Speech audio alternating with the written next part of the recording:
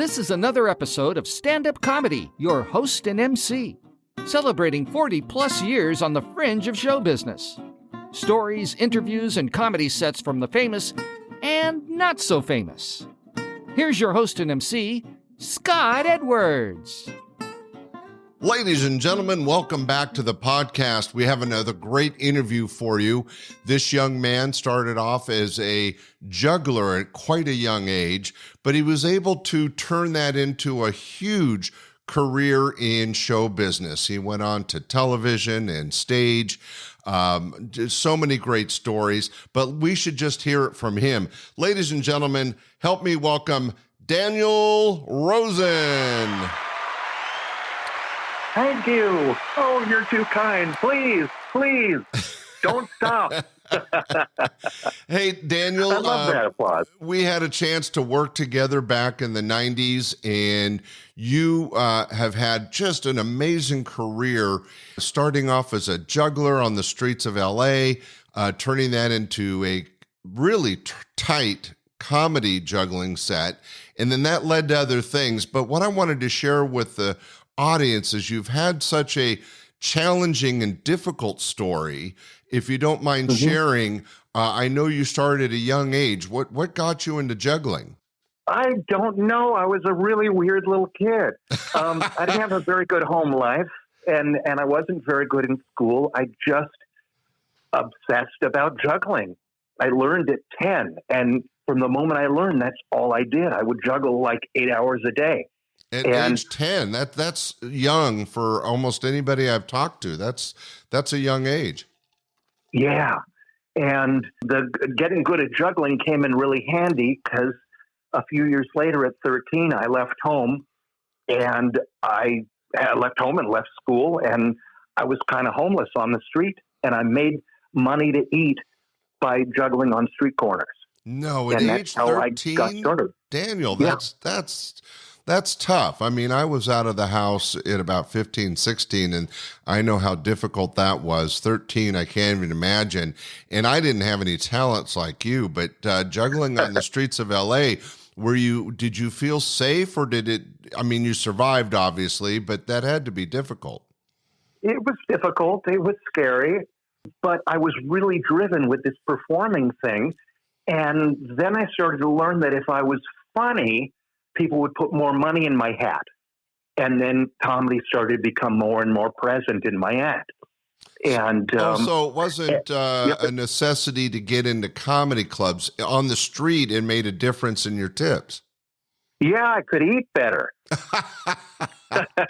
Yeah, it really did make a difference. So was it material about the juggling and the particular bits, or were you interacting with the audience, or kind of explain it for those that don't get it? Oh, well, it was a mishmash of all of that. Plus, I had weird props and inventions and all kinds of crazy stuff. And I also played a bunch of instruments. So basically, everything I ever learned how to do was in this show that I would do. And I did it on the streets for many years until I got really good at juggling. I got so good at juggling, I became a world champion juggler. Yeah. But I was still working on the street. I was 18.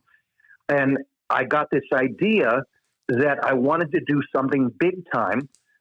But I thought, I can't work in Las Vegas. I'm too young. They won't let me in those casinos. I could be in the circus, but that's gross. So then I thought, I'm going to be in the Ice Capades, because they'd had another guy who juggled in the Ice Capades.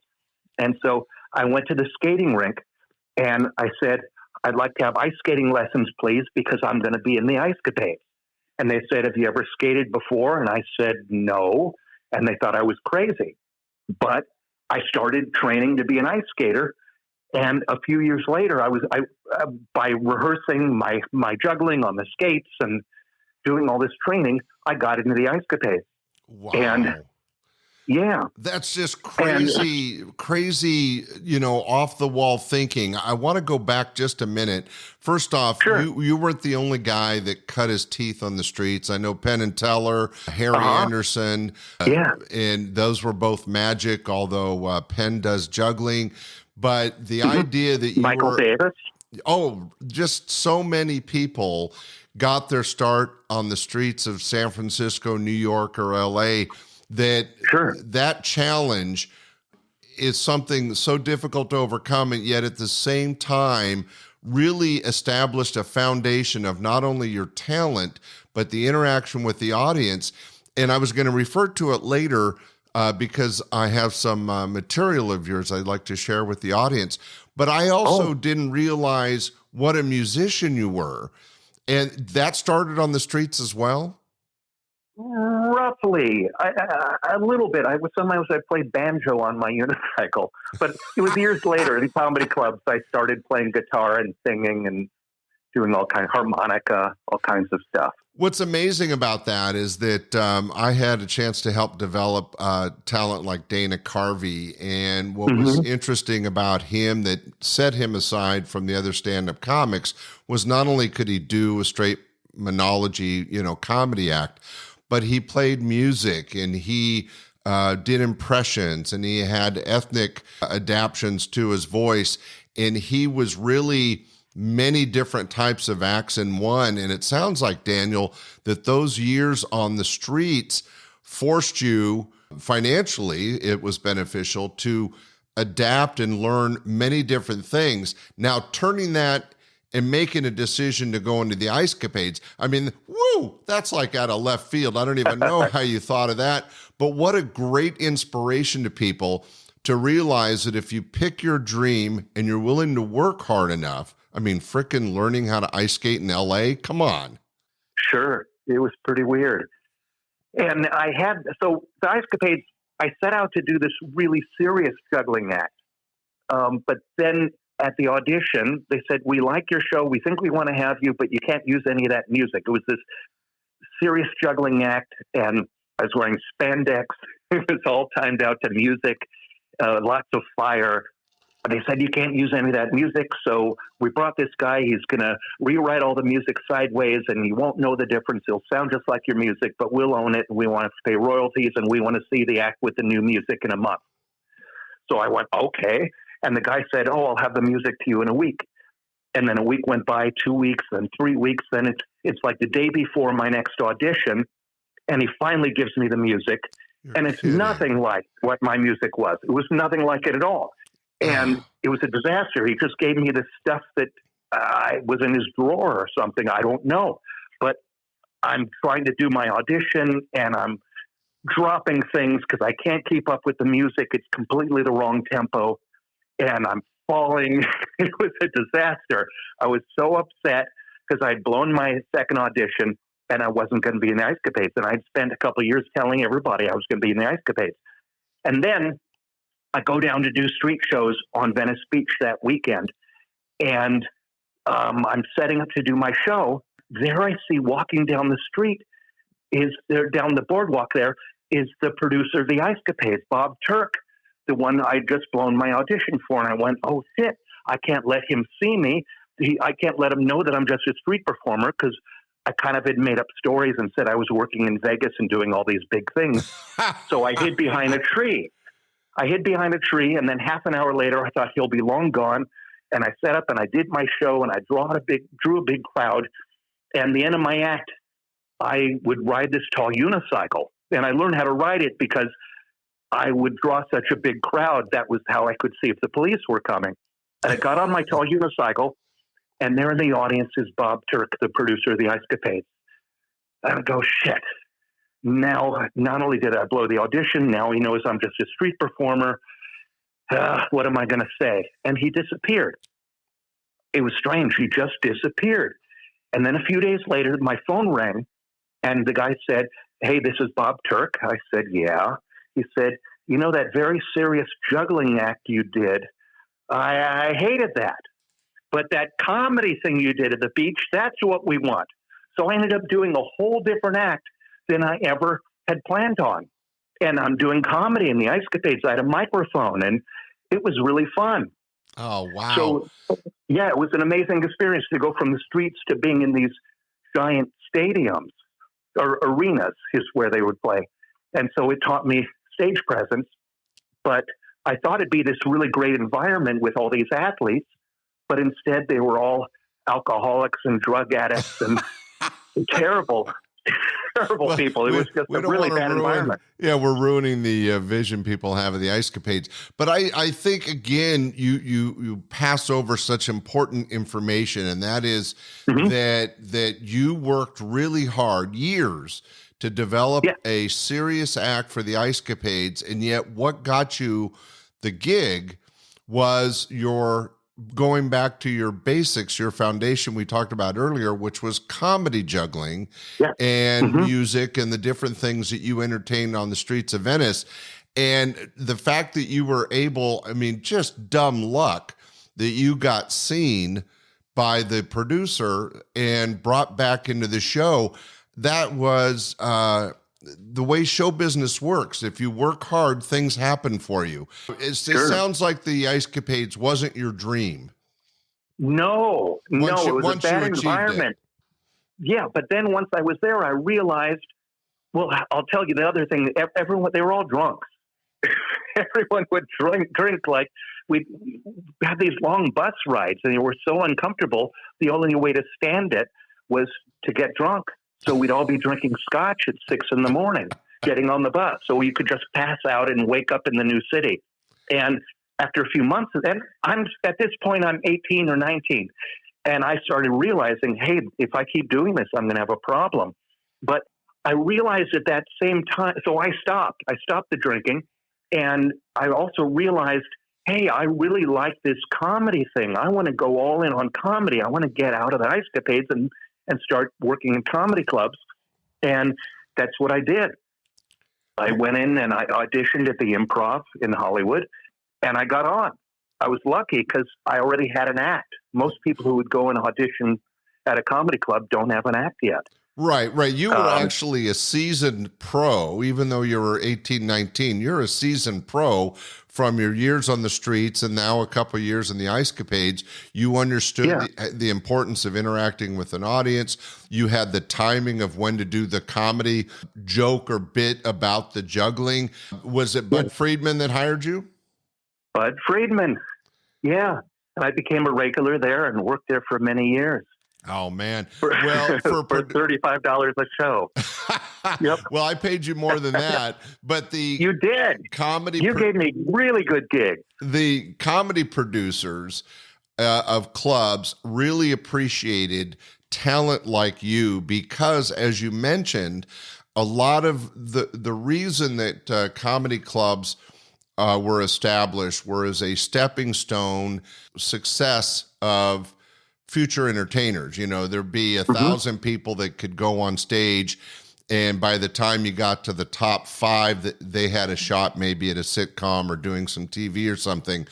But as you mentioned, most people weren't prepared and needed to be trained on audience interaction and timing and had to get their, kind of earn their way in show business. You came along as a complete package. And again, we want the audience to understand you're not just the type of juggler that you might see at some clown party or something. You were already world-class rated, and then you were adding the comedy and the music and the props. I mean, I remember how much fun it was having you at my club, but I'm sure that you did really well at comedy clubs across the country. I did for many years.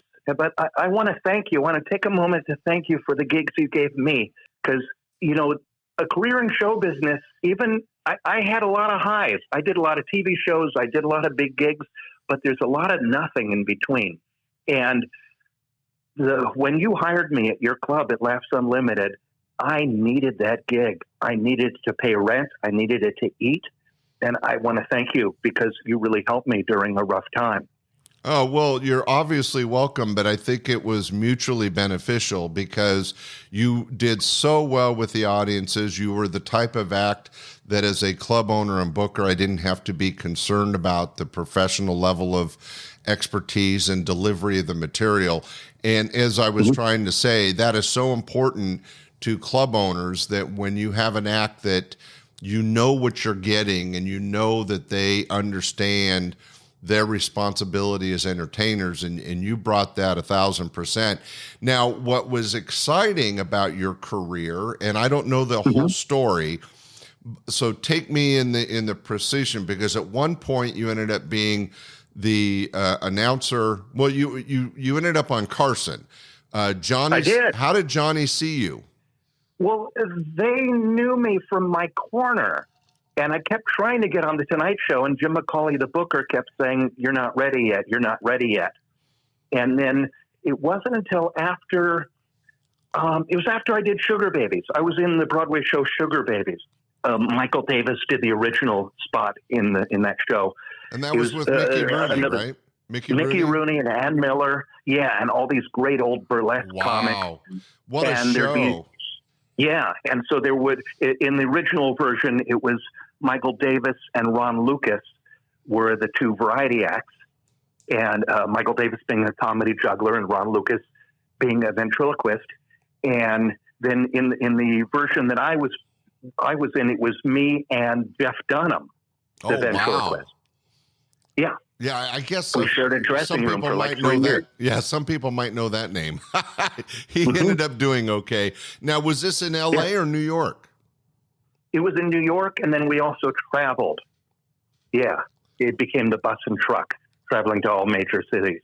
So wow. Yeah, but that was a great experience. To play Broadway is sure, you're a juggler, and some people don't think that's the same as being an actor, but when you take an actor / juggler and you put him in a show like Sugar Babies with people like Mickey Rooney, I mean, and you couldn't have been very old. That had to be an amazing experience. I think I was 21, 22, something like that. I was pretty young. Yeah. Mickey Rooney was amazing. He could do stand-up. He could do impressions, even current people. He could jump in the orchestra pit and play every single instrument. Wow. It was crazy. Yeah, but he was also insane. When I'd be out there, he couldn't stand it if I was doing well, and he'd be in the wings screaming at me, tapping his watch, yelling, "Get off! Get off!" No way. Yeah, every night. Isn't that funny that as big as they get, as big as these people are, they're still concerned about the competition? You know, Mickey Rooney's a star several times over, and yet he found you, or talented people competitive. And there was the same situation with Johnny Carson. He was really good at developing new acts, but if you got too good or you were taking away a little bit of his spotlight, he could be difficult. Sure. He got angry at me, Johnny Carson did. I did his show twice. You did two shows? I did his show twice, and then I got my own show opposite Carson, and I didn't know that had upset him. Our show didn't last very long. To me, I just was thrilled I could pay my rent, but to him, I guess it was a big deal. And then years later, I tried to get back on the Tonight Show, and they said, "Oh, Johnny's very angry at Daniel for doing that show without asking permission." No. Yeah, I had no idea. Wow. But anyways, but after Sugar Babies, I think Joan Rivers and a few other people too, I think. Yeah. Well, that goes back to what I was saying about Mickey Rooney. Sometimes you would think these big superstars like Carson would be comfortable in his own skin, and yet he could be bitter about somebody doing well outside of his world. That is just so weird. Now, you've just in a short time, you go from the streets to the boards of Broadway to television spots like the Tonight Show.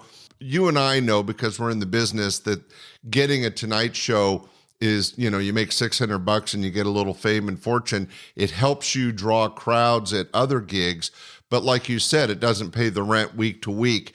What transitioned you to, I think, was your first real job, The Price is Right? Oh, let's see. Well, I mean, first there was lots and lots and lots of comedy clubs. Right. And then you went to Vegas too, right? Weren't you touring? I worked in Vegas. Robin Williams Atlantic and Bette City. Midler? Sure. And I opened for lots and lots of people. Julio Iglesias, all kinds of people. I would be the opening act and get the crowd whooped up. So this is all in your mid-20s still, right? Sure, 20s and 30s, and then I was more and more on the road doing comedy clubs. Those started to dry up. Then I started working on cruise ships. Then I got this really weird gig, a gig that I never intended to go after. All of a sudden, I got hired to be the announcer of. It was a road version of the Price is Right game show. It was at a casino in Reno. It was at Harrison, Reno, and they were doing the Price is Right live. And I turned down the gig at first, but then I ended up being talked into it, and by my manager at the time, it ended up being really fun. It was not just being the announcer, but whooping up the crowd and doing what I do. And it was so much fun. I loved it. And I wrote all these bits, and I was like I came out in a pink suit, and I was like an evangelist getting the crowd on their feet. And it was just crazy. It was so much fun. It was like the most fun gig I've ever had. Yeah. And then a few months into it, because it was a big deal, all the people who ran the Price is Right TV show came up to see it. And then shortly after that, this was really unfortunate, but Rod Roddy, who was the longtime announcer of the TV show, he died. And suddenly I'm on the TV show with Bob Barker, which was a whole lot of fun. Yeah. Wow. So, with Bob I was the guy who says, come on down. Yeah. Yeah. Bob Barker, working with a name that'll go down in history as one of the game show masters of all time. But again, I think it's really fascinating, the trajectory of your career on how one thing led to another. And I'm going to repeat this because I think it's so important for people that are interested in show business. It all started with that foundation on the streets and your hard work to get into the ice capades, and then the hard work on the boards of New York to touring with people. I mean, these are all exceptional opportunities, but they were earned. You had to bring it, as they would say, each and every time. And each and every time you're learning something new. And by the time you're in your 30s and getting these opportunities on TV, no doubt they saw the value of having somebody. And we should explain to the audience that the announcer or front man or warm-up guy is so important to all TV shows have them. And it's the person that keeps the crowd entertained during camera moves or scene changes or script changes. You know, it could take 6 hours to shoot a half-hour show. Guess what? It's the show warm-up guy that's trying to keep the audience awake, right? Sure. I mean, you had to have the skills to keep that audience riveted and then still have the energy for The Price is Right. And working with Bob Barker, how was that? He's amazing on camera. He's just a master. He was a lot like, had the skills of Carson. He really knew how to make the contestants stars. And he also reminded me a lot of Jack Benny in his delivery. Very, very, very funny guy. Yeah. Well, that's a great reference because, you know, we only saw him on TV, but like you said, I think what made him a success was his down-to-earth and funny interactions with the audience. Yes. On camera, amazing. Off camera, a little scary. I was really scared by him. Oh, yeah. But on camera, just a master. I would study him every night. Yeah. So that was... But that's interesting. I had another... I'm interrupting, and I apologize, Daniel, okay. But both Mickey Rooney and Bob Barker and Johnny Carson, amazing, friendly on stage, and backstage, a little scary. Sure. Yeah. It's just so interesting, that aspect of show business that people don't see, right? Absolutely. Oh, I'll tell you another thing, that a weird gig that landed in my lap. I was going through a breakup with a girl, and for some reason, I was obsessed with music software. And so I kept buying more and more music software. And then when I broke up with this girl, I didn't know what to do. And I started making weird music out of her phone messages and just strange things, because I kind of locked myself up and wasn't talking to people, and friends were calling to see if I was okay. And I made these weird songs out of these loops of voice messages. And then when I decided to resurface after, grieving the end of this relationship, I played this music for my manager, Rick. And I said, listen to this weird stuff I've been doing. And I played him the songs, and he was about to produce a TV show in England. And he said, wow, you need to be the musical director of this show. And next thing I know, I'm flying to England and I'm writing all the music for this TV show. And then I'm also the announcer and sidekick. It was a TV chat show called Strassman. I don't know if you know David Strassman. He's on my list to ask you about. David and I are great friends. He worked for me for years. He's been on this podcast already twice. Wow. I didn't realize that was the connection, or that you did any work in England. Man, Daniel, your career has taken so many interesting directions. It is incredible. So your manager got you into the show in England. How long were you on that gig? I don't know how many shows we did, like 20 or so. We were there for a few months. It was amazing fun. And it was great. The audiences were great. It was really good. He was very good. Yeah, Dave. He was the host. Dave's a pretty easygoing. I mean, hopefully he wasn't like some of the others we talked about. I know Dave is an easygoing guy off stage and on. He always thrilled my audiences. And I know of his success in Australia, but I'm not aware of this show in England. Was it successful? It was a hugely successful show. It was great. Oh, that's he so was good. Huge in England, Australia, and New Zealand. Yeah. Well, amazing act. Yeah, that may have led to a success in Australia. But being chosen as a music director, I mean, that is so out of left field again. I mean, you're going from the streets, the ice capades, to music director. I mean, Daniel, that's such an expression of your talent. Well, thanks. I should tell you about the weirdest change of all that got me to what I'm doing today. Would that be interesting? Before we get to that, yeah, I wanted to ask about, we talked about different people you worked with. How was it working and traveling with people like Robin Williams and Bette Midler? I mean, we think of her as just an hysterical, fun person. You toured with some huge names. Did anybody stand out and taught, maybe mentored you or taught you something? Or was there somebody that was a nightmare like some of these others? Well, I worked with a lot of stars, and the way I would keep my gig was keeping a low profile and not being in the way. So I didn't hang out with them. Well, that's probably smart. Keep yourself separate from the personalities of the stars. Interesting, though. And probably smart show business wise to keep yourself encapsulated and separate from who you were opening for. But traveling with those kinds of shows, again, another experience that must have helped you grow as an entertainer. Oh, definitely. Especially sometimes you're opening for some big music act. And then the best was when you're opening for somebody who does comedy. Like Bette Midler, opening for her was amazing.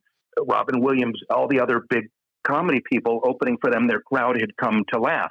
But when it's a big music star, the crowd can be brutal. Right, because they could just they're there for the music, maybe Sinatra or Iglesias, as you mentioned, and and all of a sudden there's a comic juggler on stage. It may have thrown them a bit. And they're yelling, "We won Julio!" But you had to he'll get be out through here soon. Well, He wants to see me do this first. well, that's another aspect of show business that I think a lot of people don't realize it can make it challenging. But you have gotten through so many barriers and created so many opportunities through your focus and hard work. One other thing before we get to your last story, because I know what's coming. Where in this did you end up on Nash Bridges as an actual actor? Oh, okay. That was wild. Okay, so my manager was Rick Marcelli, and I have, every act that wanted to get booked at Laughs Unlimited would have this amazing sizzle reel that they would send you. And my sizzle reel was, it had a lot of Johnny Carson and other shows that by that point seemed really, really old and ancient. And I thought, I may as well have Ed Sullivan on my tape. It makes me look so old. So I got rid of all my tape and I made a new tape.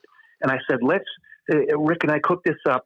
We said, let's make a tape that looks like I'm a guy who really has it together, but has never been discovered, and make it really, really homemade. So I made this really primitive looking tape, and basically we made up this story that he discovered me sleeping in his car, and people bought it, and they thought I was this guy. And in the tape, I was like, crawling out of a trash can and a dumpster, and I'm wearing clothes that are tattered, and I just looked like a mess, but the stuff I was doing was funny.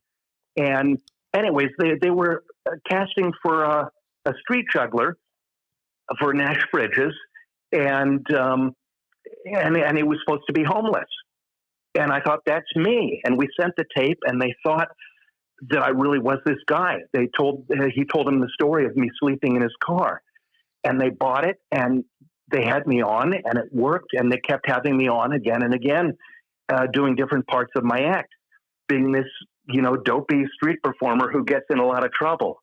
It was a lot of fun. Yeah. I mean, first off, the character was Eddie Green. You're still performing your juggling and your comedy, but now you're incorporating more acting, which I think is interesting. Were you like a CI for Nash Bridges? What was the reason to keep bringing you back, or you were just getting arrested a lot? Kept getting in trouble. There was one show I claimed to have shot and killed a guy, but really it was just to impress a girl, and I didn't really do it. That's one way to meet a woman. Just again, Daniel, and I'm stopped with the amazement, I guess, but your career has had so many different aspects. It's just fascinating. Now, at what age were you able to finally purchase a home? Well, that came from The Price is Right. The Price is Right was my longest gig. I did that for about 10 years.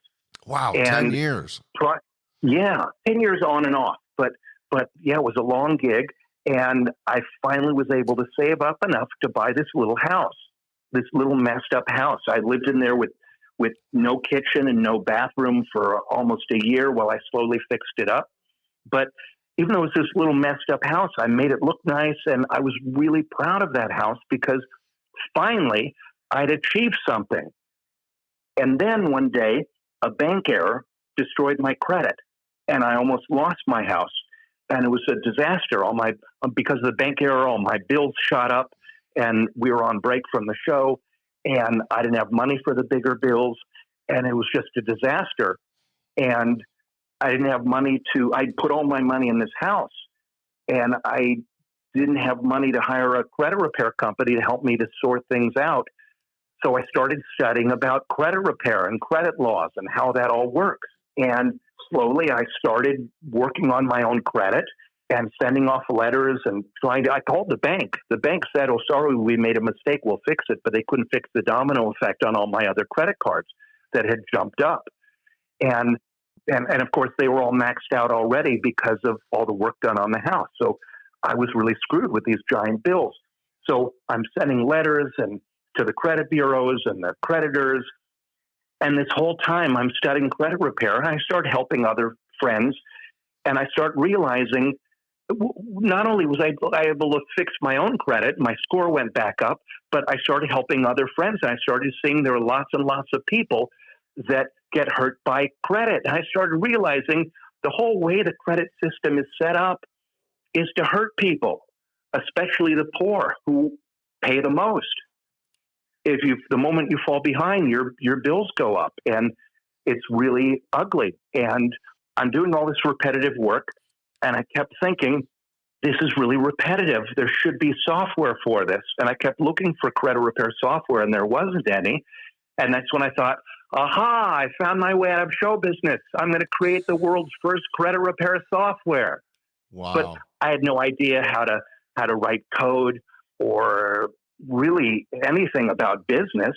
I didn't even graduate high school. But I kept drawing what I wanted to build and kept trying to figure out how to make it. And after about 5 years, I figured it out. I hired a coder. I drew all the pages. We built it.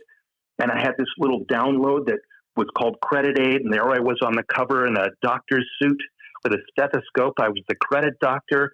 And I thought this was going to be an infomercial product. I wanted to be like that guy. Remember the guy with all the question marks all over his coat? Right. I wanted to be like that guy.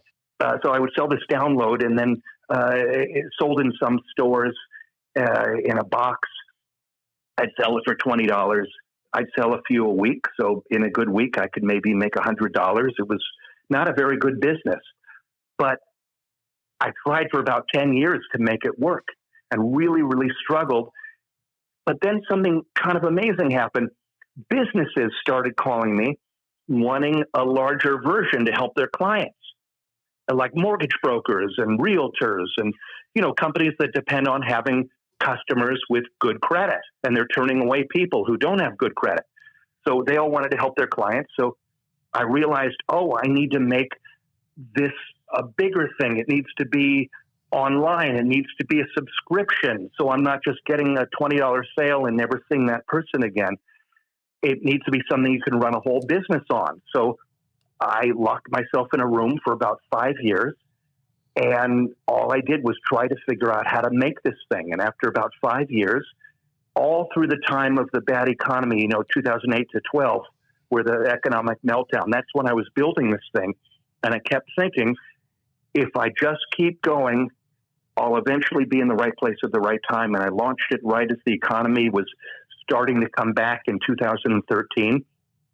And I got lucky, and people started buying it and started running businesses on it. And it caught traction, and people started building big businesses on it. I've had over 50 people make over $1 million on a business that they launched on my software. It's their own business. It's not a pyramid scheme or anything. They just buy a license to the software, and then they run their business how they like. Yeah, it's what they do with it that makes them the millionaire. You created the foundation of credit recovery, and then you were able to sell and license this to other people and companies that were able to take it and make a lot of money. We should let everybody know that Daniel Rosen is the CEO, owner, and creator of the company creditrepaircloud.com. That's creditrepaircloud.com. If you want to check it out, if you have any interest in the industry, what year, you had all these years of focus and determination to make this happen. At what age did it kind of happen for you? Well, I started building this 20 years ago. When I was 40. I'm 60 now. So it was a long, long, slow road. But now, most credit repair companies in America run on my software. So and you run pretty great. And you yourself, the guy that came out of the car in the dumpster, are the CEO of a multi-million-dollar company, and you've had amazing success. And I think that what's interesting about you, Daniel, is that you're a creative genius, and you've used that talent, that determination, focus, that drive over the years to reach the goals that you set for yourself. One, it was survival on the street. Then it was getting in the ice capades. Then it was getting into the clubs, then getting onto TV. You kind of took a side turn and became a music director. You had all these opportunities because you did the hard work and focused and were able to create something out of nothing. And that's the same for creditrepaircloud.com. It didn't just happen overnight. You tweaked it, you worked on it, you studied, you focused, and now you're a multimillionaire due to it. But it is just the culmination of decades of hard work and focus. Very exciting career in life, Daniel. I know it wasn't easy most of the time, but you've been able to reap the rewards, and congratulations. Well, thank you. And the best part is now I get to sleep in my own bed every night. I don't have to be on the road. I can have a girlfriend and a dog and the life that I kind of missed out on all those years on the road. Yeah, and again, for the people interested in show business and everything we've been talking about, listening to this podcast, it is very difficult. There can be a lot of success, a lot of great, interesting things can happen to you like they have for Daniel, but life on the road, life in entertainment can be challenging and does make it difficult to lay down roots, as they say. And you transitioning out of show business and into being a multi-million-dollar CEO in the credit repair industry, again, is a tribute to your talents and your determination to get something done. But you had a lot of success in show business. You were just able to take what you learned as a person about that focus and determination and the hard work to create this company, and just so excited for you. Daniel, I know people are going to be checking out creditrepaircloud.com. Is there any other way that you'd like them to contact you or reach the company? No, that's the best way. creditrepaircloud.com. Well, ladies and gentlemen, if you have any interest in starting your own offshoot credit repair business, if you have credit issues yourself, there's a lot of great free advice and opportunity. I've been to the website, creditrepaircloud.com. Make sure you check it out. Daniel, I am so happy that you took the time to share your story with us. It's such an exciting and diverse path that you took to success in all these different ways. Thank you so much for being on the podcast. Thank you for having me. This was a lot of fun. Well, Daniel, there's even more fun for the audience. With your permission, I've pulled about 3 minutes of material from one of your cruise ship gigs, and I'm going to share with the audience a little bit of your old entertainment. Now, you're pretty much done with show business because of the millions you've made. But up until what age? So you started about 15. At what age did you kind of hang up your juggling mastery? Well, last time I did my actual juggling and comedy act was 2007. And then I continued to do Price is Right through 2013. Wow. Well, again, an amazing career. Daniel, thanks for being on the podcast. Ladies and gentlemen, in just a minute, a little bit of comedy by Daniel. Everybody, check out creditrepaircloud.com. Daniel Rosen, one of the world-class jugglers, actors, music director, performer, comedian. He does it all. Thanks for being with us today. And software CEO. Thank you. Let's not forget the best part, software CEO. Yes. Thanks, Daniel. Thank you. See, I didn't have money for fancy props and things like the other guys when I was starting out. See, I used to do my act on street corners back in Los Angeles when I was a kid. See, I left home when I was very young. And I left school because the other kids were so mean to me. Just because I was a little different. They'd pick on me, and call me names, and try to look up my dress. So I left home and I lived in a box downtown until a bus ran over it. Then I lived in a flat. This is what's left right here. I'm not homeless anymore, but I still date homeless women. Homeless women are the best to date. You know what I mean? Yeah. Homeless this when you're the best at it, because when the date's over, you can drop them anywhere. Yeah, get out of my part. It was always my big fantasy to invite 3 or 4 of them back home to my dumpster for a little garbage et toi. Here's a good one. Can't touch that. There's a Chinese song. It's called Tuning. See,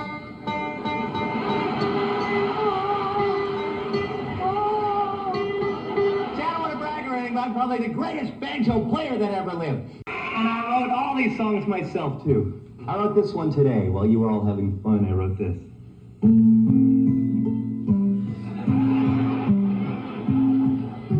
Think it's gonna be a big hit.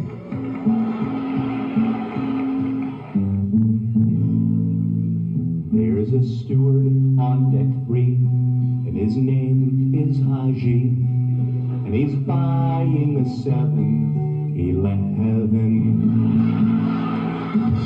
Yeah, a funk song. And there's a song my grandfather used to sing me to sleep with back when I was a little girl.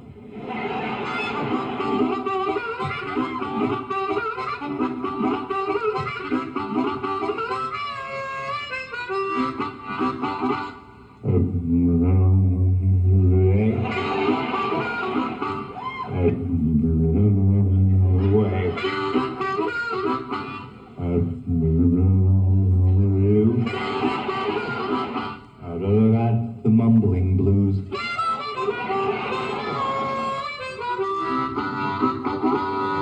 The mumbling blues. Wow, ladies and gentlemen, that was a great story of Daniel Rosen's life and entertainment and now his new career as the CEO. And I hope you enjoyed his live stage entertainment that was recorded on one of his many cruise ship gigs. And I just wanted to give you an idea of what he was like on stage. Hey, it was a real honor to chat with Daniel again. We haven't worked together in a couple decades, so I'm so glad I could bring that to you. Hey, next week we'll have another great show. Thanks for listening. Be sure to tell your friends and family, and have a great week. Bye. We hope you enjoyed this episode of Stand Up Comedy, Your Host and MC. For information on the show, merchandise, and our sponsors, or to send comments to Scott, visit our website at www.standupyourhostandmc.com. Look for more episodes soon and enjoy the world of stand-up comedy. Visit a comedy showroom near you.